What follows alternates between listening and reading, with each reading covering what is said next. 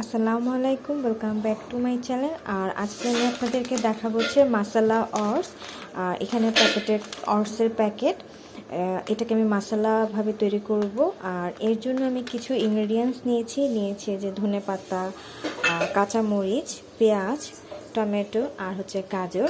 আর রান্না করতে করতে দেখিয়ে দিব আমি এগুলো কীভাবে সবগুলো ইনগ্রেডিয়েন্টস একভাবে রান্না করে আপনাদেরকে দেখাবো এই মশলা অর্স। আর এই অর্সটা কিন্তু খুবই মজার, আপনারা বাচ্চাদেরকে একটু ঝাল কম দিয়ে রান্না করে দিতে পারবেন, বড়রা তো ঝাল দিয়ে খেতে পারবেন। তো চলুন দেখে নিই এটা আমি কীভাবে রান্না করব। আর প্রথমে একটা প্যান দিয়েছি, আর এখন দিয়ে দিব পরিমাণ মতো সরিষার তেল।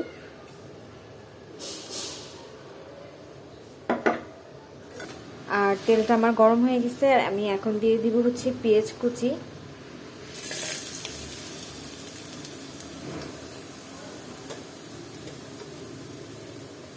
আর দিয়ে দিব হচ্ছে মরিচ কুচিও।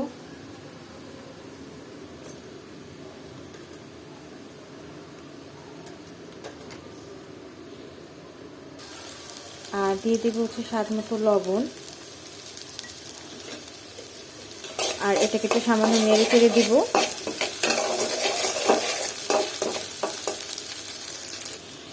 আর এটা মোটামুটি আমি একটু হালকা ব্রাউন করে নিয়েছি। আর এখন দিয়ে দেব হচ্ছে আমি গাজর কুচিগুলো।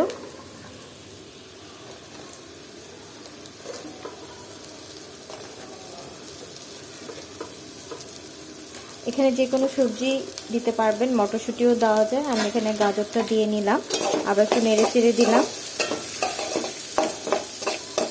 আর দিয়ে দিব হচ্ছে আমি টমেটো কুচি। এখানে আমি টমেটো কুচি করে রেখেছি।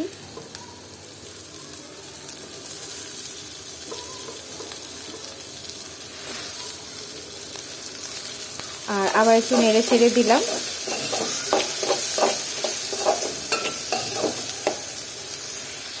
আর এখন দিয়ে দেব হচ্ছে অল্প একটু পরিমাণ হলুদের গুঁড়া। আর দিয়ে দিব একটু মরিচের গুঁড়া।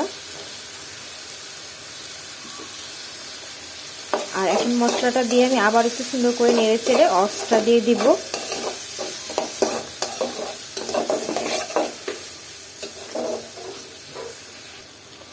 আর এখন আমি প্যাকেটে থাকা যে অর্সটা সেটা দিয়ে দিব।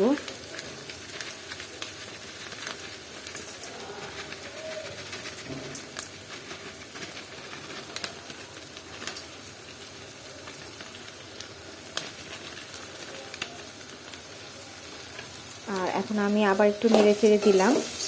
তারপর আমি পানি অ্যাড করে দিব। আর এখন পানি দিয়ে দিব এটা হওয়ার জন্য। অল্প পরিমাণ পানি দিয়ে নিলাম।